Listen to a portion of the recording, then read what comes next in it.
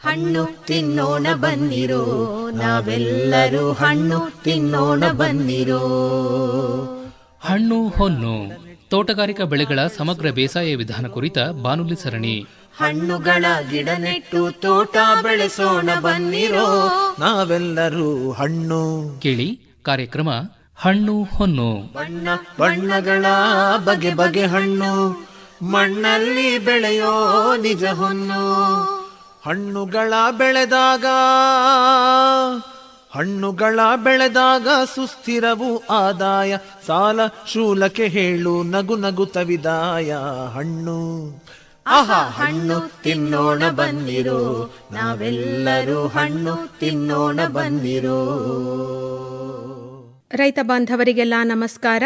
ಇವತ್ತಿನ ಹಣ್ಣು ಹೊನ್ನು ಬಾನುಲಿ ಸರಣಿಯಲ್ಲಿ ಬಾಳೆ ಬೆಳೆ ಉತ್ಪಾದನಾ ತಾಂತ್ರಿಕತೆಗಳನ್ನು ಕುರಿತ ಸಂವಾದವಿದೆ. ಭಾಗವಹಿಸುತ್ತಾರೆ ತೋಟಗಾರಿಕಾ ಮಹಾವಿದ್ಯಾಲಯದ ಪ್ರಾಧ್ಯಾಪಕರಾದ ಡಾಕ್ಟರ್ ಜಿಎಸ್ಕೆ ಸ್ವಾಮಿ ಹಾಗೂ ಸಹಾಯಕ ಪ್ರಾಧ್ಯಾಪಕರಾದ ಡಾಕ್ಟರ್ ಜಿಕೆ ಸುದರ್ಶನ್. ಹಣ್ಣುಗಳ ಬೆಳೆದಾಗ ಸುಸ್ಥಿರವು ಆದಾಯ, ಸಾಲ ಶೂಲಕ್ಕೆ ಹೇಳು ನಗು ನಗುತ್ತ ವಿದಾಯ. ಹಣ್ಣು ಆಹಾ ಹಣ್ಣು ತಿನ್ನೋಣ ಬನ್ನಿರೋ, ನಾವೆಲ್ಲರೂ ಹಣ್ಣು ತಿನ್ನೋಣ ಬನ್ನಿರೋ. ಡಾಕ್ಟರ್ ಸ್ವಾಮಿ ಅವರೇ ನಮಸ್ಕಾರ. ನಮಸ್ಕಾರ ಸರ್. ಡಾಕ್ಟರ್ ಸುದರ್ಶನ್ ಅವರೇ ತಮಗೂ ನಮಸ್ಕಾರ. ನಮಸ್ಕಾರ ಸರ್. ತಾವಿಬ್ಬರು ಇವತ್ತು ಬಾಳೆಯ ಉತ್ಪಾದನಾ ತಾಂತ್ರಿಕತೆಗಳಿಗೆ ಸಂಬಂಧಪಟ್ಟಂತೆ ವಿವರವಾಗಿ ಮಾಹಿತಿಯನ್ನು ನೀಡಬೇಕು. ವಿಚಾರವನ್ನು ಆರಂಭ ಮಾಡಿ ಡಾಕ್ಟರ್ ಸ್ವಾಮಿ ಅವರೇ. ನಮಸ್ಕಾರ. ಎಲ್ಲ ರೈತ ಬಾಂಧವರಿಗೆ ಮತ್ತೊಮ್ಮೆ ನಮಸ್ಕಾರವನ್ನು ತಿಳಿಸುತ್ತಾ ಇವತ್ತು ಬಾಳೆ ಬೆಳೆ ಬಗ್ಗೆ ಕೆಲವು ವಿಷಯಗಳನ್ನು ತಿಳಿಸೋದಕ್ಕೆ ನಾನು ಇಷ್ಟಪಡ್ತಾ ಇದ್ದೀನಿ. ನಮಗೆಲ್ಲ ಗೊತ್ತಿರೋ ಹಾಗೆ ಬಾಳೆ ಒಂದು ವಾಣಿಜ್ಯ ಬೆಳೆ. ನಮ್ಮ ದೇಶದಲ್ಲಿ ಅಥವಾ ವಿಶ್ವದಲ್ಲಿ ಹೇಳ್ಬೋದು, ಮಾವು ಬಿಟ್ಟರೆ ಹೆಚ್ಚಿನ ಒಂದು ಪ್ರಚಲಿತ ಇರುವಂಥ ಒಂದು ಹಣ್ಣಿನ ಬೆಳೆ ಅಂತ ಹೇಳ್ಬೋದು. ಇದು ಉಷ್ಣವಲಯದ ಹಣ್ಣಿನ ಬೆಳೆಯಾಗಿರುತ್ತೆ. ಹೆಚ್ಚಾಗಿ ಇದನ್ನು ಹಣ್ಣು ತಿನ್ನೋದಕ್ಕೆ ಚಿಕ್ಕ ಮಕ್ಕಳಿಂದ ಹಿಡಿದು ವಯಸ್ಸಾದ ಎಲ್ಲರೂ ಇಷ್ಟಪಡುವಂಥ ಮತ್ತು ಸುಲಭವಾಗಿ ಸಿಗುವಂಥ, ವರ್ಷವಿಡೀ ಸುಲಭವಾಗಿ ಸಿಗುವಂಥ ಒಂದು ಹಣ್ಣಿನ ಬೆಳೆ. ಹಾಗಾಗಿ ಎಲ್ಲರೂ ಇಷ್ಟಪಡುವಂಥ ಒಂದು ಉಷ್ಣವಲಯದ ಹಣ್ಣಿನ ಬೆಳೆ. ಇದನ್ನು ಹಣ್ಣಾಗಿ ಅಲ್ಲದೆ ಬೇರೆ ರೀತಿಯಾಗೂ ಇದನ್ನು ಉಪಯೋಗಿಸ್ತಾರೆ. ಯಾವುದೇ ಒಂದು ಶುಭ ಸಂದರ್ಭಗಳಲ್ಲಿ ಇರ್ಬೋದು, ಈ ಬಾಳೆಯ ಒಂದು ಹಣ್ಣು ಅಥವಾ ಗಿಡನ ನಮಗೆ ನಮ್ಮ ಒಂದು ಸಂಸ್ಕೃತಿಯಲ್ಲೇ ಪ್ರಚಲಿತವಾಗಿದೆ. ಅದೇ ರೀತಿಯಲ್ಲಿ ಅನೇಕ ಪದಾರ್ಥಗಳನ್ನು ಸಹ ಮಾಡ್ತಿದ್ದಾರೆ. ಇತ್ತೀಚೆಗೆ ಹಣ್ಣಿನ ಇದರಲ್ಲಿ ಒಂದು ಕ್ಯಾಂಡಿ ಥರದಲ್ಲಿ ಬನಾನಾ ಫಿಗ್ ಅಂತೇಳಿ ಆ ಥರ ಮಾಡ್ತಾರೆ. ಮತ್ತು ಹೂವನ್ನು ತರಕಾರಿಯಾಗಿ ಮಾಡ್ತಾರೆ. ಈ ಸೂಡೋಸ್ಟೆಮ್ ಅಂತ ಮೇಲೆ ಏನು ಕಾಂಡ ಇರುತ್ತೆ ಅದಕ್ಕೆ ಸೂಡೋಸ್ಟೆಮ್ ಅಂತ ಹೇಳ್ತೀವಿ, ಹುಸಿ ಕಾಂಡ ಅಂತೇಳಿ. ಅದನ್ನು ನಾವು ತರಕಾರಿ ಒಳಗಡೆ ಇರುವಂಥ ತಿರುಳನ್ನು ಏನಿರುತ್ತೆ ಕಾಂಡ ಅದನ್ನು ತರಕಾರಿ ಉಪಯೋಗಿಸ್ತಾರೆ. ಅದು ಔಷಧಿ ಗುಣವನ್ನು ಹೊಂದಿರೋದ್ರಿಂದ ಭಾಳ ಉತ್ತಮವಾದಂಥ ಒಂದು ತರಕಾರಿ. ಅದನ್ನು ತಿನ್ನೋದ್ರಿಂದ ನಮ್ಮ ಒಂದು ಕಿಡ್ನಿ ಸ್ಟೋನ್ ಅಂತ ಏನಿರ್ತೀವಿ ಅದನ್ನು ಕರಗಿಸುತ್ತೆ ಅಂತ ಹೇಳ್ತಾ ತಿಳಿದು ಬಂದಿದೆ. ಅದೇ ರೀತಿ ಇತ್ತೀಚೆಗೆ ಹಣ್ಣು ಕಟಾವಾದ ಮೇಲೆ ಆ ಗಿಡ ಹೆಚ್ಚಾಗಿ ವೇಸ್ಟ್ ಆಗ್ತಾಯಿತ್ತು. ಅದರಿಂದ ಒಂದು ಸೋಡೋಸ್ಟೆಮ್ ಅಂತ ಹೇಳ್ತೀವಲ್ಲ, ಅದರಿಂದ ನಾರನ್ನು ಉತ್ಪತ್ತಿ ಮಾಡಿಬಿಟ್ಟು ಅದರಿಂದ ಅನೇಕ ಪದಾರ್ಥಗಳನ್ನು ಮಾಡ್ತಾರೆ. ಒಂದು ಉತ್ತಮವಾದಂಥ ಬಟ್ಟೆಗಳನ್ನು ಮಾಡ್ತಾ ಇರ್ಬೋದು, ಆಟಿಕೆ ಸಾಮಾನುಗಳನ್ನು ಮಾಡ್ತಾ ಇರ್ಬೋದು. ಹೊರದೇಶದಲ್ಲಿ ತುಂಬ ಬೇಡಿಕೆ ಇದೆ. ನೈಸರ್ಗಿಕವಾಗಿ ಬರುವಂಥ ಈ ಒಂದು ನಾರಿಂದ ತುಂಬ ಪದಾರ್ಥಗಳನ್ನು ಉತ್ಕೃಷ್ಟವಾದಂಥ ಪದಾರ್ಥಗಳನ್ನು ಮಾಡಿಬಿಟ್ಟು ನಮ್ಮ ದೇಶದಲ್ಲಿ ಅಲ್ಲದೆ ಹೊರ ದೇಶದಲ್ಲೂ ಸಹ ಒಂದು ಉತ್ತಮವಾದಂಥ ಬೇಡಿಕೆ ಇರುವಂಥ ಒಂದು ಉತ್ಪನ್ನಗಳನ್ನು ಮಾಡ್ತಾಯಿದ್ದಾರೆ. ಈ ರೀತಿ ಒಂದು ಉತ್ತಮವಾದಂಥ ಬೆಳೆ. ಮತ್ತು ಇನ್ನೊಂದು ಈ ಬಾಳೆಹಣ್ಣಿನ ವಿಶೇಷತೆ ಅಂತಂದರೆ, ಬೇರೆ ಹಣ್ಣಿನ ಬೆಳೆಗಳೆಲ್ಲ ಬಹುವಾರ್ಷಿಕ ಬೆಳೆಗಳು. ನಾಟಿ ಮಾಡಿದ ನಂತರ 3-4 ವರ್ಷ ಕಡಿಮೆ ಅಂದರು, ಆದ ನಂತರ ನಮಗೆ ಹಣ್ಣನ್ನು ಸಿಗ್ತವೆ. ಆದರೆ ಹಣ್ಣುಗಳಲ್ಲಿ ಬಾಳೆ ಮತ್ತು ಪಪ್ಪಾಯ ಒಂದು ವರ್ಷಕ್ಕೆ ನಮಗೆ ಇಳುವರಿ ಪ್ರಾರಂಭ ಆಗುತ್ತೆ. ಹಾಗಾಗಿ ರೈತರು ಹೆಚ್ಚಿನ ಸಮಯವನ್ನು ಕೊಡಬೇಕಾಗಿಲ್ಲ. ಒಂದು ವರ್ಷದಲ್ಲೇ ಅವರಿಗೆ ಒಂದು ಇಳುವರಿನ ಕೊಡೋದ್ರಿಂದ ಹೆಚ್ಚಿನ ಒಂದು ಪ್ರದೇಶದಲ್ಲಿ ನಮ್ಮ ದೇಶದಲ್ಲಿ ಬಾಳೆಯನ್ನು ಉತ್ತಮ ಬೆಳೀತಾ ಇದ್ದಾರೆ. ನಮ್ಮ ದೇಶದಲ್ಲಿ ಮಾವು ಪ್ರದೇಶದಲ್ಲಿ ಮೊದಲನೇ ಸ್ಥಾನದಲ್ಲಿದೆ, ಆದರೆ ಉತ್ಪಾದನೆಯಲ್ಲಿ ಬಾಳೆ ನಮ್ಮ ದೇಶದಲ್ಲಿ ಮೊದಲನೇ ಸ್ಥಾನದಲ್ಲಿದೆ. ಹೆಚ್ಚಾಗಿ ಇದು ಉಷ್ಣವಲಯದಿಂದ ಎಲ್ಲ ಪ್ರದೇಶದಲ್ಲಿ ಈಗ ಹೆಚ್ಚಾಗಿ ಎಲ್ಲೆಲ್ಲಿ ನದಿಗಳು ಹರಿತವೆ ಆ ಪ್ರದೇಶದಲ್ಲಿ ಮತ್ತು ದಕ್ಷಿಣ ಭಾರತದಲ್ಲಿ ಹೆಚ್ಚಾಗಿ ಬಾಳೆನ ಬೆಳೆಯೋದನ್ನು ಕಂಡು ಬರ್ತಾ ಇದೆ. ಇದಕ್ಕೆ ಉತ್ತಮವಾದಂಥ ಒಂದು ಮಣ್ಣು ಮತ್ತು ಹವಾಗುಣ ಅಂತ ಹೇಳಿದರೆ, ನೀರು ನಿಲ್ಲದೆ ಇರುವಂಥ ಯಾವುದೇ ಒಂದು ಮಣ್ಣಿನಲ್ಲಿ ಇದನ್ನು ಹೆಚ್ಚಾಗಿ ಬೆಳಿಬೋದು. ಮಧ್ಯಮ ಕಪ್ಪು ಮಣ್ಣಿನಿಂದ ಹಿಡಿದು ಜೇಡಿ ಮಣ್ಣು ಮತ್ತು ನೀರು ಬಸ್ತು ಹೋಗುವಂಥ ಮರಳು ಮಿಶ್ರಿತ ಮಣ್ಣುಗಳಲ್ಲೂ ಸಹ ಬೆಳಿಬೋದು. ನಮ್ಮ ರಾಜ್ಯದಲ್ಲಿ ಎಲ್ಲ ಪ್ರದೇಶ ಎಲ್ಲ ಜಿಲ್ಲೆಗಳಲ್ಲೂ ಬಾಳೆ ಬೆಳೆಯೋದನ್ನು ನಾವು ಕಂಡು ಬರ್ತಾ ಇದ್ದೀವಿ. ಹೆಚ್ಚಾಗಿ ನಾವು ಚಾಮರಾಜನಗರ, ಮೈಸೂರು, ಚಿಕ್ಕಮಗಳೂರು, ದಾವಣಗೆರೆ, ಶಿವಮೊಗ್ಗ ಈ ಪ್ರದೇಶಗಳಲ್ಲಿ ಬೆಳೀತಾ ಇದ್ದೀವಿ. ಮತ್ತು ಒಂದೊಂದು ಜಿಲ್ಲೆಯಲ್ಲೂ ಸಹ ನಾವು ಬೇರೆ ಬೇರೆ ರೀತಿಯಾದ ಒಂದು ಬಾಳೆ ತಳಿಗಳನ್ನು ನಾವು ಕಾಣ್ಬೋದು. ಇದು ಉಷ್ಣವಲಯದ ಹಣ್ಣು ಅಂತ ಹೇಳಿದೆ ನಾನು. ಹೆಚ್ಚಾಗಿ ಇದು ಶೀತ ವಲಯದಕ್ಕೆ, ಹಾಗಾಗಿ ಉತ್ತರ ಭಾರತದಲ್ಲಿ ಬೆಳೆಯೋದಿಲ್ಲ. ಇದನ್ನು ಅತಿ ಶೀತ ಆದರೆ ಇದನ್ನು ಬೆಳೆಯೋದಕ್ಕೆ ಆಗೋದಿಲ್ಲ. 10 ಡಿಗ್ರಿ ಕಡಿಮೆ ಅಂದರೆ ಶೀತ ತಡ್ಕೊಳೋದಿಲ್ಲ.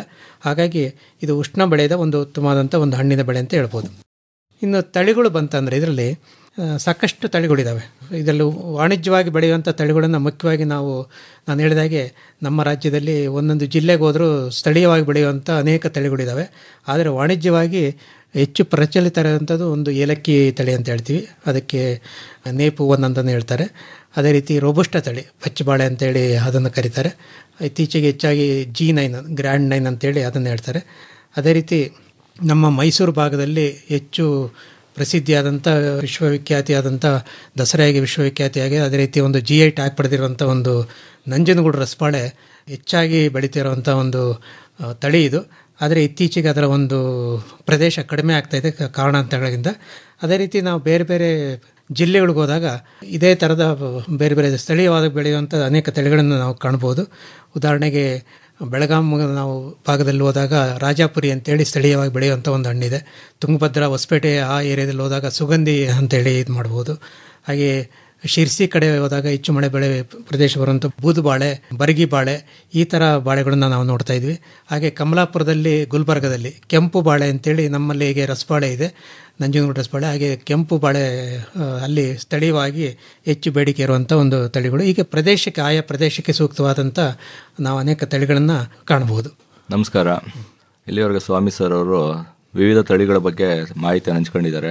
ಅದರಲ್ಲಿ ಮುಖ್ಯವಾಗಿ ನಮ್ಮ ಪ್ರದೇಶದಲ್ಲಿ ಪ್ರಸಿದ್ಧಿಯಾಗಿರುವಂಥ ತಳಿ ಅಂದರೆ ರಸಬಾಳೆ, ನಂಜನಗೂಡಿನ ರಸಬಾಳೆ.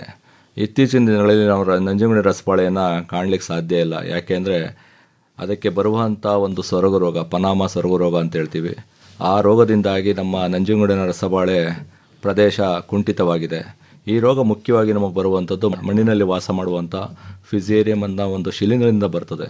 ಈ ರೋಗದ ಮುಖ್ಯ ಲಕ್ಷಣಗಳು ಅಂದರೆ ಪ್ರಾರಂಭಿಕ ಹಂತದಲ್ಲಿ ನಮಗೆ ಕೆಳಗಡೆ ಎಲೆಗಳು ಏನಿರ್ತವೆ, ಆ ಕೆಳಗಡೆ ಎಲೆಗಳು ನಿಧಾನವಾಗಿ ಹಳದಿ ಬಣ್ಣಕ್ಕೆ ತಿರುಗಲಿಕ್ಕೆ ಪ್ರಾರಂಭ ಆಗ್ತವೆ.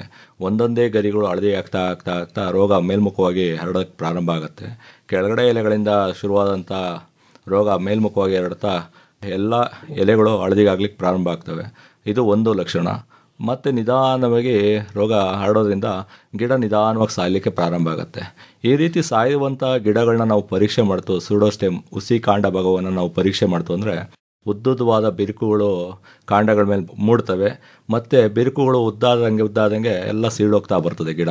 ಈ ರೀತಿಯಾದಂಥ ಗಿಡವನ್ನು ನಾವು ಅಂಗಾಂಶವನ್ನು ಅಡ್ಡಡ್ಡವಾಗಿ ಕಟ್ ಮಾಡಿ ನೋಡಿದಾಗ ಒಳಗಡೆ ಅಂಗಾಂಶ ನಮಗೆ ಎಲ್ಲ ಕಂದು ಬಣ್ಣಕ್ಕೆ ತಿರುಗಿರುವಂಥದ್ದು ಕಂಡು ಬರ್ತದೆ. ಸಾಮಾನ್ಯವಾಗಿ ಈ ಡಿಸ್ಕಲರೇಷನ್ ಅಂತ ಏನು ಹೇಳ್ತೀವಿ, ಬಣ್ಣ ತಿರುಗಿರುವಂಥದ್ದು ಅಂಚಿನಿಂದ ಪ್ರಾರಂಭ ಆಗಿರ್ತದೆ. ಯೂಶ್ವಲಿ ಸೊರಗು ರೋಗ, ಪನಾಮ ಸೊರಗು ರೋಗದಲ್ಲಿ ಕೊನೆಗೆ ಗಿಡ ಎಲ್ಲ ಏನಾಗುತ್ತೆ, ಸತ್ತೋಗುತ್ತೆ. ಇದು ಸಾಮಾನ್ಯವಾಗಿ ಕಾಣುವಂಥ ರೋಗದ ಲಕ್ಷಣಗಳು. ಮತ್ತು ಈ ರೋಗ ಬರಲಿಕ್ಕೆ ಹೇಗೆ ಹರಡುತ್ತದೆ ಅಂತ ವಿಷಯ ತಿಳ್ಕೊತಾ ಬಂದರೆ, ಸಾಮಾನ್ಯವಾಗಿ ನಾವು ರೋಗ ಪೀಡಿತ ಕಂದುಗಳನ್ನೇನಾರ ರೋಗ ಪೀಡಿತ ಹೊಲದಿಂದ ತಂದು ಹಾಕಿದ್ರೆ ಆ ರೋಗ ನಮ್ಮ ಪ್ರದೇಶಕ್ಕೂ ಕೂಡ ಬರ್ತದೆ. ಅಂದರೆ ಕಂದಿನಿಂದ ಕೂಡ ಹರಡುತ್ತದೆ. ಮತ್ತು ಒಂದು ರೋಗ ಬಂದಿರುವಂಥ ಗಿಡದಿಂದ ಮತ್ತೊಂದು ಗಿಡಕ್ಕೆ ನೀರು ಹೋಗೋದು ಮುಖಾಂತರನೂ ಕೂಡ ರೋಗ ಹರಡುತ್ತೆ. ಮತ್ತು ಮಣ್ಣಿನ ಮುಖಾಂತರ ಹರಡುತ್ತೆ.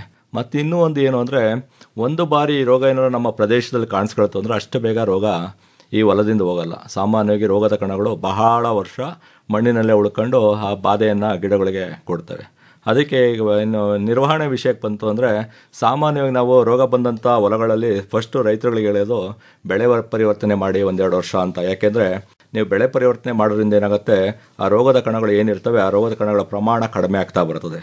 ಸಾಮಾನ್ಯವಾಗಿ ನಾವು ಬೆಳೆ ಪರಿವರ್ತನೆಗೆ ಬಂತು ಅಂದರೆ, ನೀರು ಯಥೇಚ್ಛವಾಗಿ ಏನಾರು ರೈತರ ಹತ್ರ ಇತ್ತು ಅಂದರೆ ಅಂಥ ಪ್ರದೇಶಗಳಲ್ಲಿ ನೀರಿನ ಸೌಲಭ್ಯ ಚೆನ್ನಾಗಿದ್ದಂಥ ಪ್ರದೇಶಗಳಿದ್ದರೆ ಕಬ್ಬು ಅಥವಾ ಭತ್ತವನ್ನು ಬೆಳೀಲಿಕ್ಕೆ ಹೇಳ್ತೀವಿ. ಇಲ್ಲಾಂದರೆ ಜೋಳ, ಮೆಕ್ಕೆಜೋಳನ ಬೆಳೆ ಪರಿವರ್ತನಾ ಬೆಳೆಗಳಾಗಿ ಬೆಳಿಬೇಕಾಗತ್ತೆ.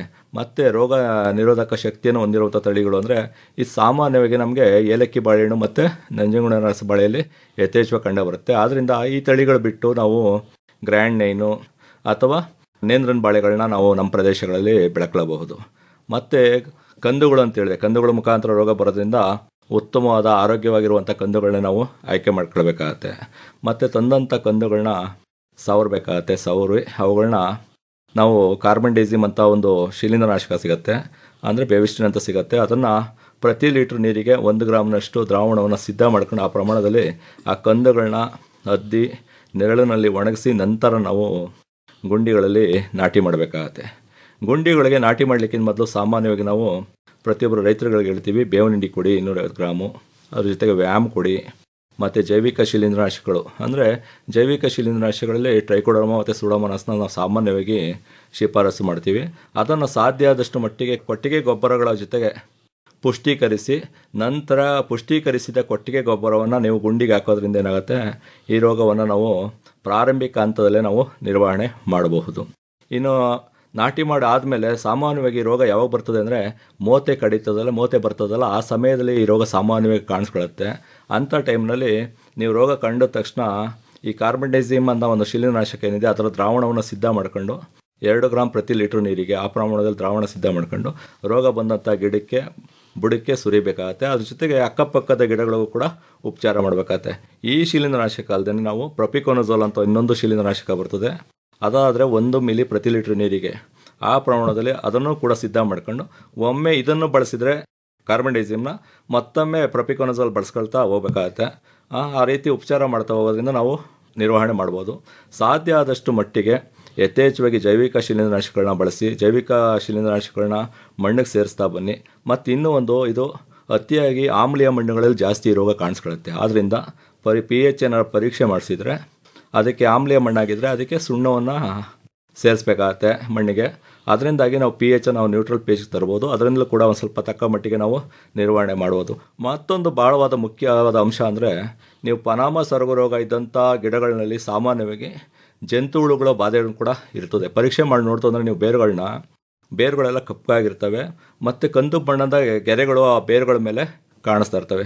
ಜಾಸ್ತಿ ಜಂತುಹುಳುಗಳು ಬಾಧೆ ಇದ್ದು ಸೊರಗು ರೋಗ ಇತ್ತು ಅಂದರೆ ನೀವು ಸೊರಗು ರೋಗಕ್ಕೆ ನಿರ್ವಹಣೆ ತಗೋತೀರಿ. ಅದೇ ಥರ ಜಂತುಹುಳು ನಿರ್ವಹಣೆಗೆ ನಾವು ಸಾಮಾನ್ಯವಾಗಿ ಫ್ಲೂಪೈರಾಮ್ ಅಂತ ಹೊಸ ಜಂತುಹುಳು ನಾಶಕ ಬಂದಿದೆ, ವೆಲಮ್ ಪ್ರೈಮ್ ಅಂತ, ಅದನ್ನು ಬಳಸ್ಬೋದು. ಅಥವಾ ನಿಮಿಡ್ಸ್ ಅಂತ ಇನ್ನೊಂದು ಕಂಪ್ನಿ ಬಿಟ್ಟಿದೆ. ಈ ಎರಡರಲ್ಲಿ ಯಾವ್ದಾರ ಒಂದನ್ನು ಜಂತುಹುಳು ನಾಶಕಗಳನ್ನ ನೀವು ಬಳಸ್ಕೊಂಡು ಜಂತುಹುಳುಗಳ ನಿರ್ವಹಣೆಯನ್ನು ಕೂಡ ಮಾಡ್ಕೊಳ್ಬೇಕಾಗತ್ತೆ. ಈಗ ಬಾಳೆಯಲ್ಲಿ ಸಾಕಷ್ಟು ತಳಿಗಳನ್ನು ನಾನು ಹೇಳಿದೆ.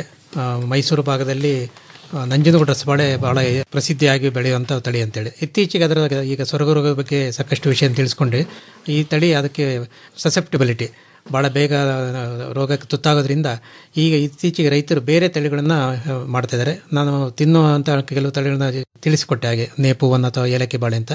ಇತ್ತೀಚೆಗೆ ನಮ್ಮ ಮೈಸೂರು ಭಾಗ ಕೇರಳ ಕತ್ತ ಇರೋದ್ರಿಂದ ತರಕಾರಿ ಉಪಯೋಗಿಸುವಂಥ ಬಾಳೆಗಳ ತಳಿಗಳನ್ನು ಸಹ ಹೆಚ್ಚಾಗಿ ಬೆಳೀತಿದ್ದಾರೆ. ಉದಾಹರಣೆಗೆ ನೇಂದ್ರನ್ ಇರ್ಬೋದು, ಮಂಥನ್ ಅಂತೇಳಿ, ಮಧುರಂಗಿ ಅಂತೇಳಿ ಆ ಥರ ತಳಿಗಳನ್ನು ಬೆಳೀತಿದ್ದಾರೆ.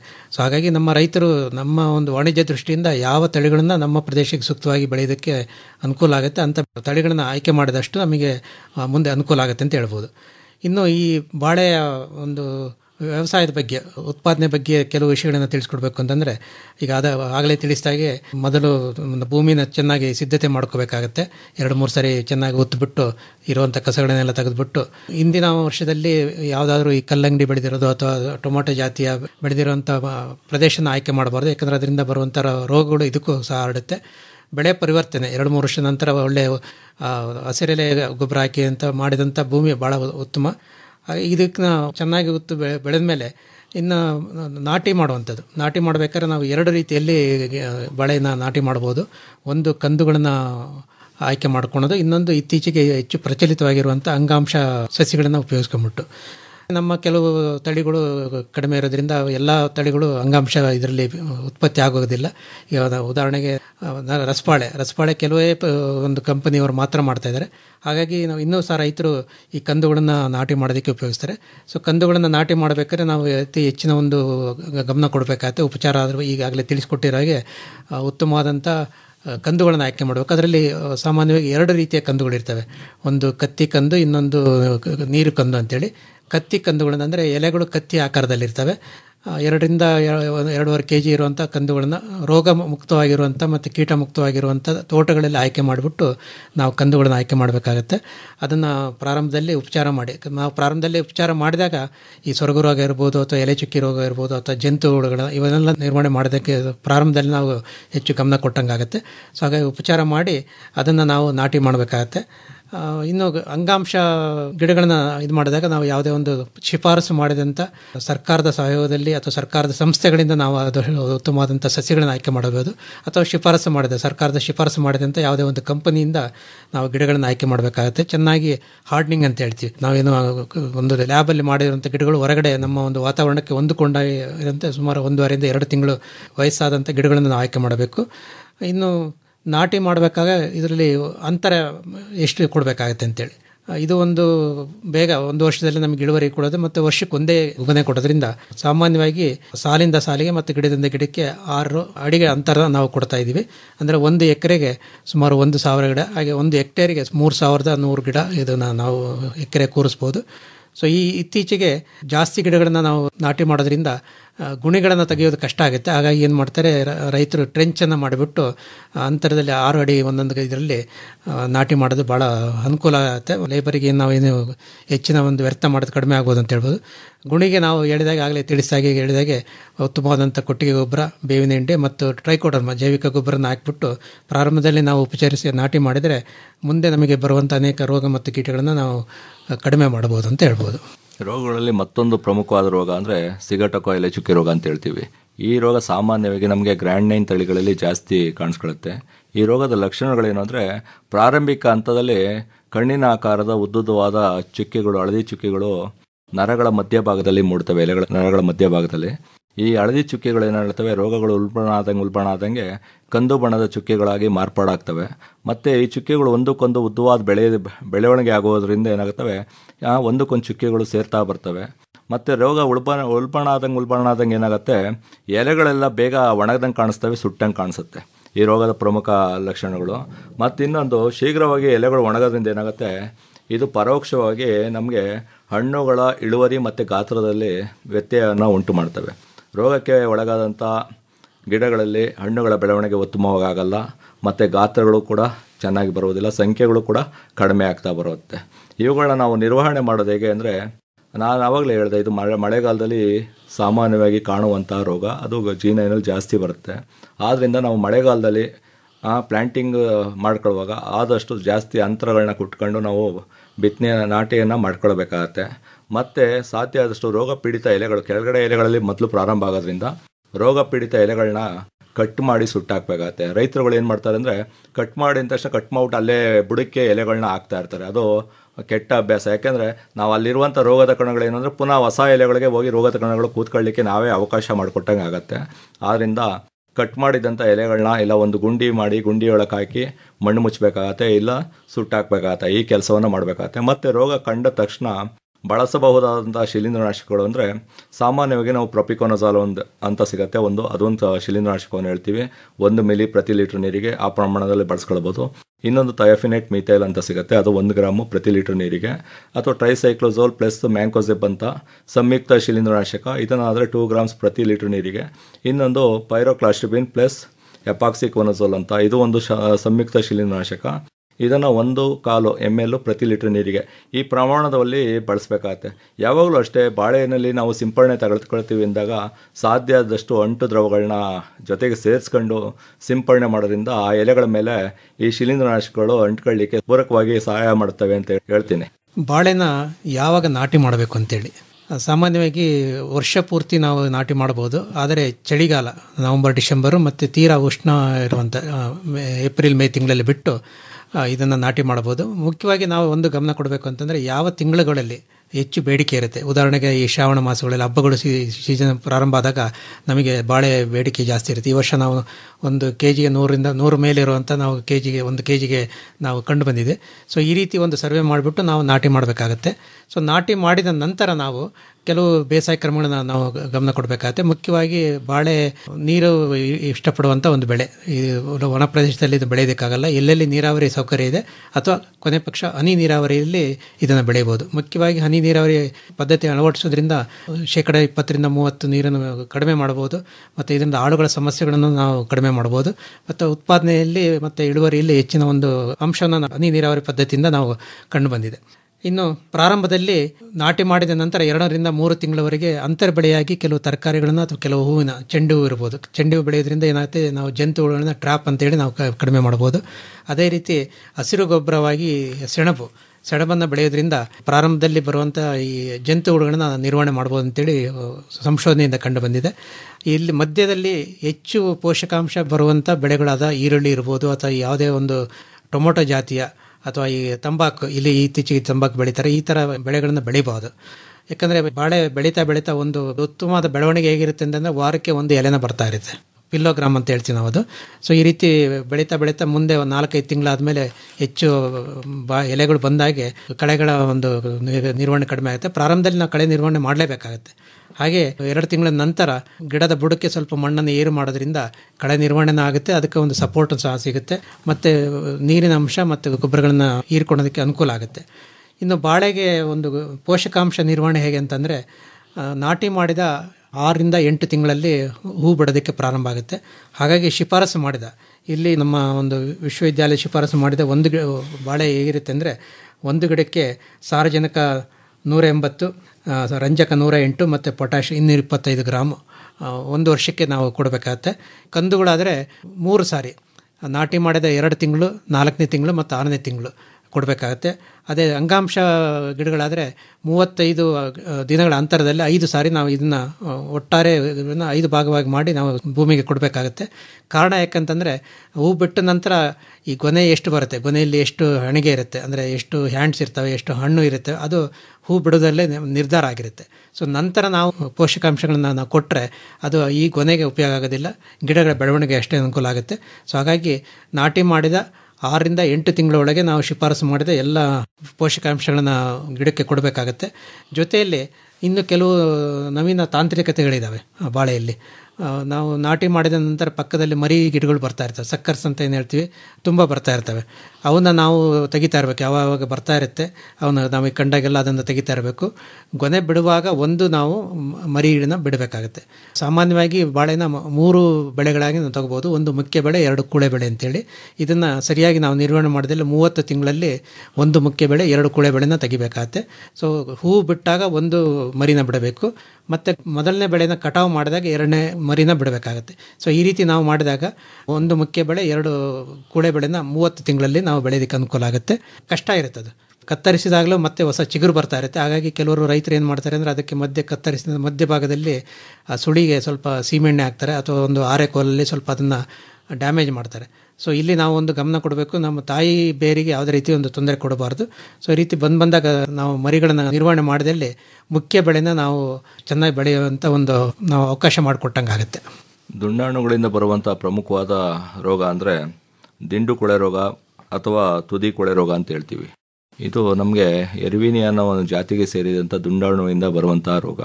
ಇದು ಸಾಮಾನ್ಯವಾಗಿ ಸಸಿಗಳಲ್ಲೂ ಕಾಣಿಸುತ್ತೆ, ಮುಖ್ಯ ಬೆಳೆಗಳಲ್ಲೂ ಕೂಡ ಕಂಡು ಬರುವಂಥ ರೋಗ. ಸಸಿಗಳಲ್ಲಿ ಯಾವಾಗ ಕಾಣಿಸುತ್ತೆ ಅಂದರೆ, ನಾವು ಟಿಶ್ಯೂ ಕಲ್ಚರ್ ಪ್ಲ್ಯಾಂಟ್ಸ್ಗಳನ್ನ ತಂದು ನಾವು ಹೊಲಗಳಿಗೆ ಹಾಕಿದಾಗ ಪ್ರಾಪರಾಗಿ ಹಾರ್ಡ್ನಿಂಗ್ ಆಗಿಲ್ಲ ಅಂದರೆ ಅಂಥ ಟೈಮ್ನಲ್ಲಿ ನಾವು ಸಸಿಗಳಲ್ಲೇ ಈ ರೋಗವನ್ನು ಕಾಣ್ಬೋದು. ಸಸಿಗಳಲ್ಲಿ ಈ ರೋಗದ ಲಕ್ಷಣ ಏನು ಅಂದರೆ, ನಿಮಗೆ ತುದಿ ಎಲೆ ಯಾವುದಿರ್ತದೆ ಅದು ಸಾಮಾನ್ಯವಾಗಿ ಕಪ್ಪು ಬಣ್ಣಕ್ಕೆ ತಿರುಗ್ತಾ ಇರ್ತದೆ, ಮತ್ತು ಎಲೆಯ ಬುಡ ಭಾಗ ಕೊಳ್ತಿರ್ತದೆ. ತುದಿ ಎಲೆದು ಬುಡ ಭಾಗ ಕೊಳೆತು ಕೆಟ್ಟು ವಾಸನೆ ಬರ್ತಾ ಇರ್ತದೆ. ಇದು ಸಾಮಾನ್ಯವಾಗಿ ಸಸಿಗಳಲ್ಲಿ ಕಂಡು ಬರುವಂಥ ಲಕ್ಷಣ. ಇನ್ನು ಮುಖ್ಯ ಬೆಳೆಗಳಲ್ಲಿ ಕಂಡು ಬಂದಂಥ ಲಕ್ಷಣಗಳೇನು ಅಂದರೆ, ಫಸ್ಟು ನಮಗೆ ಎಲೆಗಳೆಲ್ಲ ಹಳದಿಗಾಗ್ತಾ ಬರ್ತವೆ. ಎಲೆಗಳಂದರೆ ಎಲೆ ತೊಟ್ಟು ಫಸ್ಟು ಹಳದಿಗಾಗತ್ತೆ, ಮತ್ತು ಒಂದೊಂದೇ ಎಲೆಗಳು ಜೋತ್ ಬೀಳಲಿಕ್ಕೆ ಪ್ರಾರಂಭ ಆಗ್ತವೆ. ಇದು ಯಾವ ರೀತಿ ಜೋತ್ ಬೀಳ್ತವೆ ಅಂದರೆ, ಕಾಂಡದ ಸುತ್ತಲೂ ಎಲೆಗಳೆಲ್ಲ ಜೋತ್ ಬಿದ್ದಿರ್ತವೆ. ಇದೊಂಥರ ಸ್ಕರ್ಟ್ ಹಾಕೊಂಡಂಗೆ ಕಾಣಿಸ್ತದೆ, ಸ್ಕರ್ಟ್ ಅಂತಲೇ ಕರಿತೀವಿ ನಾವು ಸಾಮಾನ್ಯವಾಗಿ. ಆ ರೀತಿ ಸುತ್ತಲೂ ಎಲೆಗಳೆಲ್ಲ ಕಾಂಡದ ಸುತ್ತಲೂ ಜೋತ್ ಬಿದ್ದಿರ್ತವೆ, ಅದು ಒಂದು ಲಕ್ಷಣ. ಮತ್ತು ಗಿಡ ನಿಧಾನವಾಗಿ ಸೊರಲಿಕ್ಕೆ ಪ್ರಾರಂಭ ಆಗ್ತದೆ, ಬೇಗ ಸೊರಗಿ ಗಿಡಗಳು ಸೊರಗಿ ಸಾಯಲಿಕ್ಕೆ ಪ್ರಾರಂಭ ಆಗ್ತವೆ. ಈ ರೀತಿ ಸೊರಗದಂಥ ಗಿಡಗಳಲ್ಲಿ ಕಾಯಿಗಳ ಬೆಳವಣಿಗೆ ನಿಂತೋಗುತ್ತೆ. ನಿಮಗೆ ಏನು ಹಣ್ಣುಗಳು ಬರ್ತಾ ಇರ್ತವೆ ಅವುಗಳ ಬೆಳವಣಿಗೆ ಕುಂಠಿತ ಆಗ್ತವೆ. ಮತ್ತು ಈ ರೀತಿ ಸೊರಗಿದಂಥ ಗಿಡವನ್ನು ನಾವು ಕಾಂಡ ಭಾಗವನ್ನು ಕಟ್ ಮಾಡಿದಾಗ ಕಾಂಡದ ಮಧ್ಯಭಾಗ, ಅಂಗಾಂಶದ ಮಧ್ಯಭಾಗದಲ್ಲಿ ನಮಗೆ ಕೊಳ್ತಿರುವಂಥದ್ದು ಕಾಣಿಸುತ್ತೆ, ಮತ್ತು ಹಳದಿ ಎಂಟು ದ್ರವಗಳು ಬರುವಂಥದ್ದು ಕಾಣಿಸುತ್ತೆ. ಮತ್ತು ಕೆಲವು ಟೈಮ್ ಏನಾಗುತ್ತೆ, ನೀವು ಮಳೆ ಅಥವಾ ಗಾಳಿ ಏನಾದ್ರು ಬೀಸ್ತಂದಾಗ ಗಿಡ ಬಿದ್ದೋಗುತ್ತೆ. ಯಾಕೆ ಅಂದರೆ ಆ ಗಿಡದ ಬುಡಭಾಗ ಕೊಳ್ತೋಗಿರ್ತದೆ. ಕೊಳ್ತೋಗಿ ಕಪ್ಪು ಬಣ್ಣಕ್ಕೆ ತಿರುಗಿ ಎಲ್ಲ ಕೆಟ್ಟು ವಾಸನೆ ಬರ್ತಾ ಇರ್ತದೆ. ಇದು ಪ್ರಮುಖವಾದ ಲಕ್ಷಣ. ದುಂಡಾಣುಗಳಿಂದ ರೋಗ ಬಂದಿದೆ ಅಂದರೆ ಅದ್ರಲ್ಲಿ ಕೊಳೆ ಜಾಸ್ತಿ ಇರ್ತದೆ ಮತ್ತು ವಾಸನೆ ಜಾಸ್ತಿ ಬರ್ತಾ ಇರ್ತದೆ. ಇವುಗಳನ್ನ ನಿರ್ವಹಣೆ ಮಾಡೋದು ಹೆಂಗೆ ಅಂದರೆ, ನಾವು ಇಲ್ಲೂ ಕೂಡ ಅಷ್ಟೇ ಕಂದುಗಳನ್ನ ಆಯ್ಕೆ ಮಾಡ್ಕೊಳ್ಳುವಾಗ ಉತ್ತಮವಾದ ಕಂದುಗಳನ್ನ ಆಯ್ಕೆ ಮಾಡ್ಕೋಬೇಕು. ಮತ್ತು ಕ್ಲೀನಾಗಿ ಆಯ್ಕೆ ಮಾಡ್ಕೊಂಡಂಥ ಕಂದುಗಳನ್ನ ಸವರಬೇಕು. ಸವರುವಾಗಲೇ ನಾವು ಮುಂಜಾಗ್ರತೆ ವಹಿಸಬೇಕು. ಯಾಕೆಂದರೆ ಇದು ಬ್ಯಾಕ್ಟೀರಿಯಲ್ ಡಿಸೀಸ್ ಆದ್ದರಿಂದ ನೀವು ಸವರಲಿಕ್ಕೆ ಬಳಸುವಂಥ ಕತ್ತಿಯಿಂದ ರೋಗ ಪೀಡಿತ ಕಂದುಗಳನ್ನ ಸವರಿ ಇನ್ನೊಂದು ಆರೋಗ್ಯವಾಗಿರುವಂಥ ಕಂದನ್ನು ಸವರ್ತು ಅಂದರೆ ಅದೇ ಚಾಕಿಂದ ಇನ್ನೊಂದು ಕಂದಿಗೆ ಆರೋಗ್ಯವಾಗಿರುವಂಥ ಕಂದಿಗೆ ಈ ರೋಗ ಹರಡ್ಬಿಡುತ್ತೆ. ಅದಕ್ಕೆ ಪ್ರತಿ ಟೈಮು ನಾವು ಸವರುವಂಥ ಕತ್ತಿಯನ್ನು ಏನು ಬಳಸ್ತೀವಿ ಕತ್ತಿಯನ್ನು ಆದಷ್ಟು ಡೆಟಾಲ್ ದ್ರಾವಣದಲ್ಲಿ ಅದ್ದಿ ಮತ್ತೊಂದು ಕಂದನ್ನು ಸವರಲಿಕ್ಕೆ ಬಳಸಬೇಕಾಗತ್ತೆ. ಆ ಮುಂಜಾಗ್ರತೆಯನ್ನು ನಾವು ವಹಿಸ್ಕೊಳ್ಬೇಕಾಗತ್ತೆ. ಮತ್ತು ಕಂದುಗಳನ್ನ ಇಲ್ಲಿ ಉಪಚಾರ ಮಾಡಲಿಕ್ಕೆ ಸಾಮಾನ್ಯವಾಗಿ ನಾವು ಸ್ಟೆಪ್ಟೋಸೈಕ್ಲಿನ್ ಹೇಳ್ತೀವಿ. ಸ್ಟ್ರೆಪ್ಟೊಮೈಸಿನ್ ಸಲ್ಫೇಟು 0.5 ಗ್ರಾಮ್, ಅರ್ಧ ಗ್ರಾಮು ಪ್ರತಿ ಲೀಟರ್ ನೀರಿಗೆ, ಮತ್ತು ತಾಮ್ರದ ಆಕ್ಸಿಕ್ಲೋರೈಡ್ 3 ಗ್ರಾಮು ಪ್ರತಿ ಲೀಟರ್ ನೀರಿಗೆ ಈ ಪ್ರಮಾಣದಲ್ಲಿ ಸಿದ್ಧ ಮಾಡ್ಕೊಂಡಂಥ ದ್ರಾವಣದಲ್ಲಿ ಕಂದುಗಳನ್ನ ಉಪಚಾರ ಮಾಡಿ ನಂತರ ನಾವು ನಾಟಿ ಮಾಡಬೇಕಾಗತ್ತೆ. ಮತ್ತು ಸಾಧ್ಯ ಆದಷ್ಟು ಯಥೇಚ್ಛವಾಗಿ ಸೂಡೋಮೋನಾಸ್ ಫ್ಲೋರೆಸೆನ್ಸ್ ಅಂತ ಒಂದು ಜೈವಿಕ ದುಂಡಾಣು ನಾಶಕ ಬರ್ತದೆ. ಅದನ್ನು ಆದಷ್ಟು ಕೊಟ್ಟಿಗೆ ಗೊಬ್ಬರಗಳ ಜೊತೆ ಪುಷ್ಟೀಕರಿಸಿ ಮಣ್ಣಿಗೆ ಸೇರಿಸ್ತಾ ಬರಬೇಕಾಗತ್ತೆ. ಮತ್ತು ರೋಗ ಕಂಡ ತಕ್ಷಣ ಒಂದು ಸ್ವಲ್ಪ ಬ್ಲೀಚಿಂಗ್ ಪೌಡರನ್ನು ದ್ರಾವಣವನ್ನು ಸಿದ್ಧ ಮಾಡ್ಕೊಂಡು 2 ಗ್ರಾಮ್ ಪ್ರತಿ ಲೀಟರ್ ನೀರಿಗೆ ಆ ಪ್ರಮಾಣದಲ್ಲಿ ದ್ರಾವಣವನ್ನು ಸಿದ್ಧ ಮಾಡ್ಕೊಂಡು ರೋಗ ಬಂದಂಥ ಗಿಡಗಳ ಬುಡಕ್ಕೆ ಒಯ್ಬೇಕಾಗತ್ತೆ. ಮತ್ತು ಅದ್ರ ಜೊತೆಗೆ ಸ್ಟೆಪ್ಟೋಸೈಕ್ಲಿನ್ ಹೇಳಿದ್ನಲ್ಲ ಆವಾಗಲೇ, ಸ್ಟೆಪ್ಟೊಮೈಸಿನ್ ಸಲ್ಫೇಟು ಅರ್ಧ ಗ್ರಾಮ್ ಪ್ರತಿ ಲೀಟರ್ ನೀರಿಗೆ, ಅದ್ರ ಜೊತೆಗೆ ತಾಮ್ರದ ಆಕ್ಸಿಕ್ಲೋರೈಡ್ 3 ಗ್ರಾಮು ಪ್ರತಿ ಲೀಟರ್ ನೀರಿಗೆ ಈ ದ್ರಾವಣವನ್ನು ಸಿದ್ಧ ಮಾಡ್ಕೊಂಡು ರೋಗ ಪೀಡಿತ ಗಿಡಗಳ ಬುಡಗಳಿಗೆ ಸುರಿಯೋದ್ರಿಂದ ಈ ರೋಗವನ್ನು ನಾವು ನಿರ್ವಹಣೆ ಮಾಡ್ಬೋದು. ಬಾಳೆಗೆ ಮುಖ್ಯ ಪೋಷಕಾಂಶಗಳ ಜೊತೆಗೆ ಲಘು ಪೋಷಕಾಂಶ ಭಾಳ ಮುಖ್ಯವಾಗಿರುತ್ತೆ. ಇತ್ತೀಚೆಗೆ ಭಾರತೀಯ ಸಂಶೋಧನಾ ಸಂಸ್ಥೆ ಹೆಸರುಘಟ್ಟದವರು ಒಂದು ಬಿಡುಗಡೆ ಮಾಡಿದಾರಂಥ ಬನಾನಾ ಸ್ಪೆಷಲ್ ಅಂತೇಳಿ ನಾವು ಎಲ್ಲ ಕಡೆ ಹೆಚ್ಚಿನ ಪ್ರಸಿದ್ಧಿಯಾಗಿದೆ. ಆ ಒಂದು ಬನಾನಾ ಸ್ಪೆಷಲನ್ನು 1 ಲೀಟರ್ಗೆ 5 ಗ್ರಾಮಾಗಿ 5 ತಿಂಗಳ ನಂತರ ಪ್ರತಿ ತಿಂಗಳು 5 ಸಾರಿ 10 ತಿಂಗಳವರೆಗೆ ಅದನ್ನು ಎಲೆ ಮೇಲೆ ಸಿಂಪಡಣೆ ಮಾಡಬೇಕು. ಈ ಮಾಡೋದ್ರಿಂದ ಏನಾಗುತ್ತೆ, ಎಲೆಗಳ ಬೆಳವಣಿಗೆ ಆಗುತ್ತೆ. ಯಾಕಂದರೆ ಎಲೆಗಳು ಚೆನ್ನಾಗಿ ಬೆಳೆದಷ್ಟು ನಮಗೆ ಒಂದು ಹಣ್ಣಿನ ಗಾತ್ರ ಮತ್ತು ಒಳ್ಳೆಯ ಒಂದು ಅಭಿವೃದ್ಧಿ ಆಗುತ್ತೆ. ಹಾಗೆ ಒಂದು ಪೋಷಕಾಂಶಗಳ ಕೊರತೆಯೂ ಸಹ ನಿರ್ವಹಣೆ ಮಾಡಿದಂಗೆ ಆಗುತ್ತೆ. ಜೊತೆಗೆ ಗಿಡ ಬೆಳೆದಾಗೆ ಕೊನೆ ಬಂದಾದ ನಂತರ ಅದಕ್ಕೆ ಒಂದು ಸಪೋರ್ಟ್ ಬೇಕಾಗುತ್ತೆ, ಆಧಾರ ಬೇಕಾಗುತ್ತೆ. ಅದಕ್ಕೆ ನಾವು ಪ್ರಾಪಿಂಗ್ ಅಂತ ಹೇಳ್ತೀವಿ. ಸೊ ಅದನ್ನು ನಿರಂತರವಾಗಿ ಬಾಳೆ ಬೆಳೆಯುವಂಥವ್ರು ಬಿದಿರು ಕೋಲುಗಳನ್ನು ನಾವು ಸಪೋರ್ಟಾಗಿ ಬಳಸ್ತಾರೆ. ಆದರೆ ಒಂದು ಸಾರಿ ಇನ್ವೆಸ್ಟ್ಮೆಂಟ್ ಜಾಸ್ತಿ ಆಗೋದ್ರಿಂದ ಕೆಲವರು ಏನು ಮಾಡ್ತಾರೆ, ಇತ್ತೀಚೆಗೆ ನೈಲಾನ್ ದಾರದಲ್ಲಿ ಅದನ್ನು ಉಪಯೋಗಿಸ್ತಾರೆ. ಯಾವುದೇ ಒಂದು ರೀತಿ ಇರ್ಬೋದು, ಆ ಒಂದು ಗೊನೆ ನಾವು ಸಪೋರ್ಟ್ ಕೊಡಲೇಬೇಕಾಗುತ್ತೆ. ಇಲ್ಲಾಂದರೆ ಬಾಳೆ ನಮಗೆ ಬೇರುಗಳು ಆಳವಾಗಿ ಇಲ್ಲದೆ ಇರೋದ್ರಿಂದ ಹೆಚ್ಚು ಗಾಳಿಗೆ ಬಿದ್ದೋಗೋ ಒಂದು ಸಂಭವ ಇರುತ್ತೆ. ಪೂರ್ತಿ ಗೊನೆ ಬಂದ ನಂತರ ಕೊನೆಯ ಒಂದು ಅಣಿಗೆ ಅಂತ ಏನಾಯ್ತು ಚಿಪ್ ಅಂತ ಹೇಳ್ತೀವಿ, ಅದು ಬೆಳವಣಿಗೆ ಆದಮೇಲೆ ಈ ಗಂಡು ಹೂವನ್ನು ನಾವು ತೆಗಿಬೇಕಾಗತ್ತೆ. ಮೂತೆ ತೆಗೆಯೋದು ಅಂತ ಹೇಳ್ತಾರೆ. ಅದನ್ನು ಇಟ್ಕೊಳ್ಳೋದ್ರಿಂದ ಏನಾಗುತ್ತೆ, ಅದು ಸಹ ಪೋಷಕಾಂಶಗಳು ಹೀರ್ಕೊಳ್ಳುತ್ತೆ ಮತ್ತು ಕೆಲವು ರೋಗಗಳನ್ನು ಅದು ಹರಡುವಂಥ ಒಂದು ಸಂಭವ ಇರುತ್ತೆ.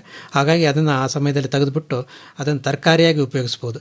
ಇತ್ತೀಚೆಗೆ ಅದು ಗಂಡು ಹೂವನ್ನು ತೆಗೆದ ನಂತರ ಬಂಚ್ ಫೀಡಿಂಗ್ ಅಂತ ಹೇಳ್ತೀವಿ ನಾವು. ಅಂದರೆ ಒಂದು ಗೊನೆಯನ್ನು ಒಂದು ಹೆಚ್ಚಿನ ಒಂದು ಗಾತ್ರ ಮತ್ತು ಉತ್ತಮವಾದಂಥ ಇನ್ನು ಇಳುವರಿ ಜಾಸ್ತಿ ಮಾಡೋದಕ್ಕೆ ಆ ಬಂಚ್ ಫೀಡಿಂಗಲ್ಲಿ ತುದಿಯಲ್ಲಿ ಒಂದು ಅರ್ಧ ಲೀಟ್ರು ನೀರಿಗೆ ಫ್ರೆಶ್ ಸಗಣಿ ರಾಡಿ ಮಾಡಿಬಿಟ್ಟು ಅದಕ್ಕೆ 7.5 ಗ್ರಾಮ್ ಯೂರಿಯಾ ಮತ್ತು 7.5 ಗ್ರಾಮ್ ಸಲ್ಫೇಟ್ ಆಫ್ ಪೊಟ್ಯಾಶ್ ಅದನ್ನು ಮಿಶ್ರಣ ಮಾಡಿ ಆ ತುದಿಯಲ್ಲಿ ಕಟ್ಟೋದ್ರಿಂದ ನಿಧಾನವಾಗಿ ಹೀರಿಕೊಳ್ಳುತ್ತೆ.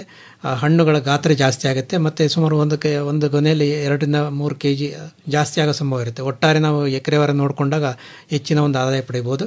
ಇದು ಒಂದು ಇತ್ತೀಚೆಗೆ ಕಂಡು ಬಂದಿರುವಂಥ ಒಂದು ನವೀನ ತಾಂತ್ರಿಕತೆ ಅಂತ ಹೇಳ್ಬೋದು.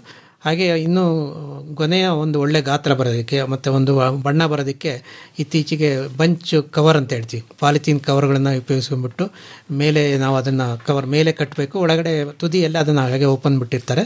ಸೊ ಇದರಿಂದ ಏನಾಗುತ್ತೆ, ಉತ್ತಮವಾದಂಥ ಒಂದು ಹಣ್ಣು ಮತ್ತು ಕೀಟಗಳ ನಿರ್ವಹಣೆಯೂ ಸಾಕಷ್ಟು ಆಗುತ್ತೆ. ಜೊತೆಯಲ್ಲಿ ಸುಮಾರು ನಾಟಿ ಮಾಡಿದ್ರಿಂದ 12-13 ತಿಂಗಳಲ್ಲಿ ನಮಗೆ ಇಳುವರಿ ಬರುತ್ತೆ. ಸೊ ಇಳುವರಿ ಬರೋದಕ್ಕೆ ಇದು ಒಂದು ಹಣ್ಣು ಗಿಡದಲ್ಲೇ ಹಣ್ಣಾಗಿ ಆಮೇಲೆ ಕಟಾವು ಮಾಡೋದಿಲ್ಲ. ಇದಕ್ಕೆ ಕ್ಲೈಮ್ಯಾಟ್ರಿಕ್ ಫ್ರೂಟ್ ಅಂತ ಹೇಳ್ತೀವಿ ನಾವು. ಅಂದರೆ ಹಣ್ಣ ಗೊನೆಯನ್ನು ಕಟಾವು ಮಾಡಿದ ನಂತರ ಹಣ್ಣು ಮಾಡೋದಕ್ಕೆ ನಾವು ಉಪಯೋಗಿಸ್ತೇವೆ.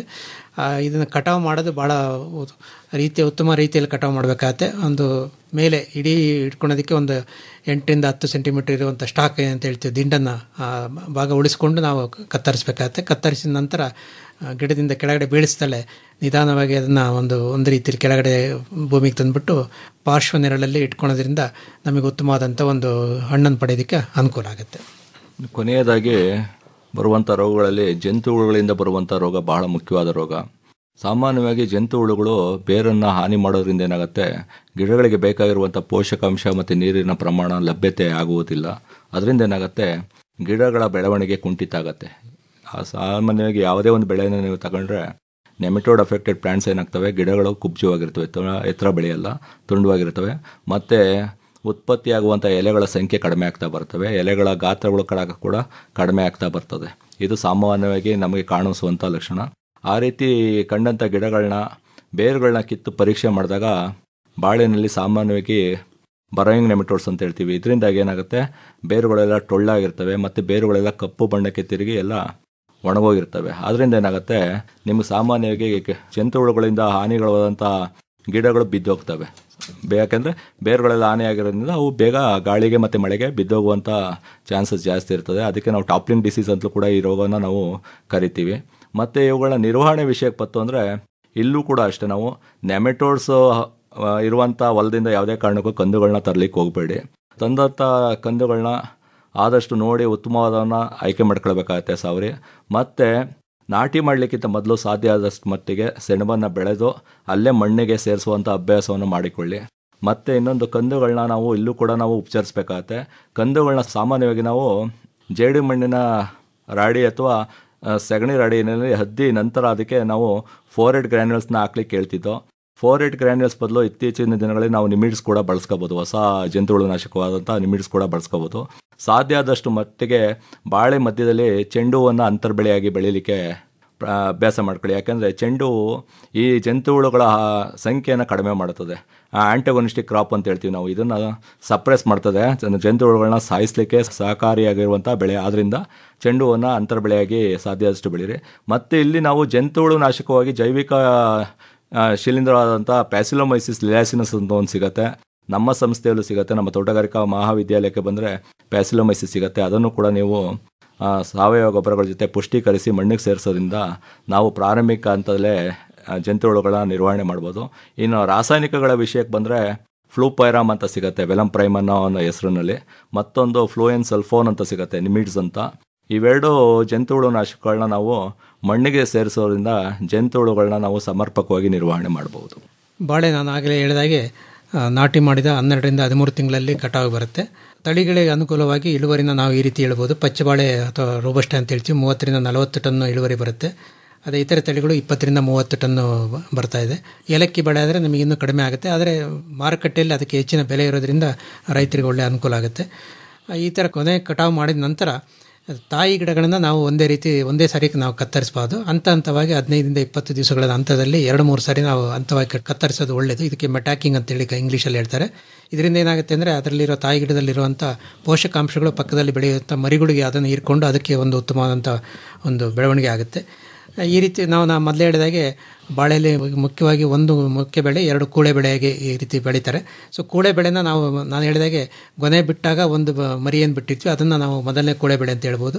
ಸೊ ಮೊದಲನೇ ಬೆಳೆನ ಕಟಾವು ನಾವು ಮಾಡಿದ ನಂತರ 6 ತಿಂಗಳಿಂದ 8 ತಿಂಗಳಲ್ಲಿ ನಾವು 2ನೇ ಬೆಳೆನ ನಾವು ಪಡಿಬೋದು. ಸೊ ಇದಕ್ಕೆ ನಾವು ಇನ್ವೆಸ್ಟ್ಮೆಂಟ್ ಏನು ಇರೋದಿಲ್ಲ. ಹಾಗಾಗಿ 2ನೇ ಬೆಳೆ ನಮಗೆ 6ರಿಂದ 8 ತಿಂಗಳಲ್ಲೇ ಉತ್ತಮವಾಗಿ ಬರುತ್ತೆ. ಇದಕ್ಕೆ ಈಗೇನು ಮತ್ತೆ ನಾವು 3-4 ತಿಂಗಳಲ್ಲಿ ಶಿಫಾರಸು ಮಾಡಿದಂಥ ಗೊಬ್ಬರಗಳನ್ನು ಹಾಕಬೇಕಾಗತ್ತೆ. ಆಗ ನಮಗೆ ಒಳ್ಳೆಯ ಇಳುವರಿನ ಪಡಿಬೋದು. ಸೊ ಈ ರೀತಿ ನಾವು ಉತ್ತಮ ನಿರ್ವಹಣೆ ಮಾಡಿದರೆ ಬಾಳೆಯಲ್ಲಿ 30ರಿಂದ 35 ತಿಂಗಳುಗಳಲ್ಲಿ ಒಂದು ಮುಖ್ಯ ಬೆಳೆ, 2 ಕೂಳೆ ಬೆಳೆಗಳನ್ನು ನಾವು ಪಡೆದು ಉತ್ತಮವಾದಂಥ ಇಳುವರಿನ ಪಡಿಬೋದು ಅಂತೇಳಿ ಹೇಳೋದಕ್ಕೆ ಇಷ್ಟಪಡ್ತೀನಿ ನಾನು. ಹೆಚ್ಚಿನ ಮಾಹಿತಿಗೆ ತಮ್ಮನ್ನೇ ನೇರವಾಗಿ ಸಂಪರ್ಕ ಮಾಡಬೇಕು ಅಂತಾದರೆ ಸಂಪರ್ಕಕ್ಕಾಗಿ ತಮ್ಮ ಮೊಬೈಲ್ ಸಂಖ್ಯೆ ಏನು ಡಾಕ್ಟರ್ ಸ್ವಾಮಿ ಅವರೇ? 9480222488. ಇನ್ನೊಮ್ಮೆ 9480222488. ಇನ್ನೂ ಒಂದು ಸರಿ ಹೇಳ್ಬಿಡಿ ಡಾಕ್ಟ್ರೆ. 9480222488. ತಮ್ಮದು ಡಾಕ್ಟರ್ ಸುದರ್ಶನ್ ಅವರೇ? 9948324999.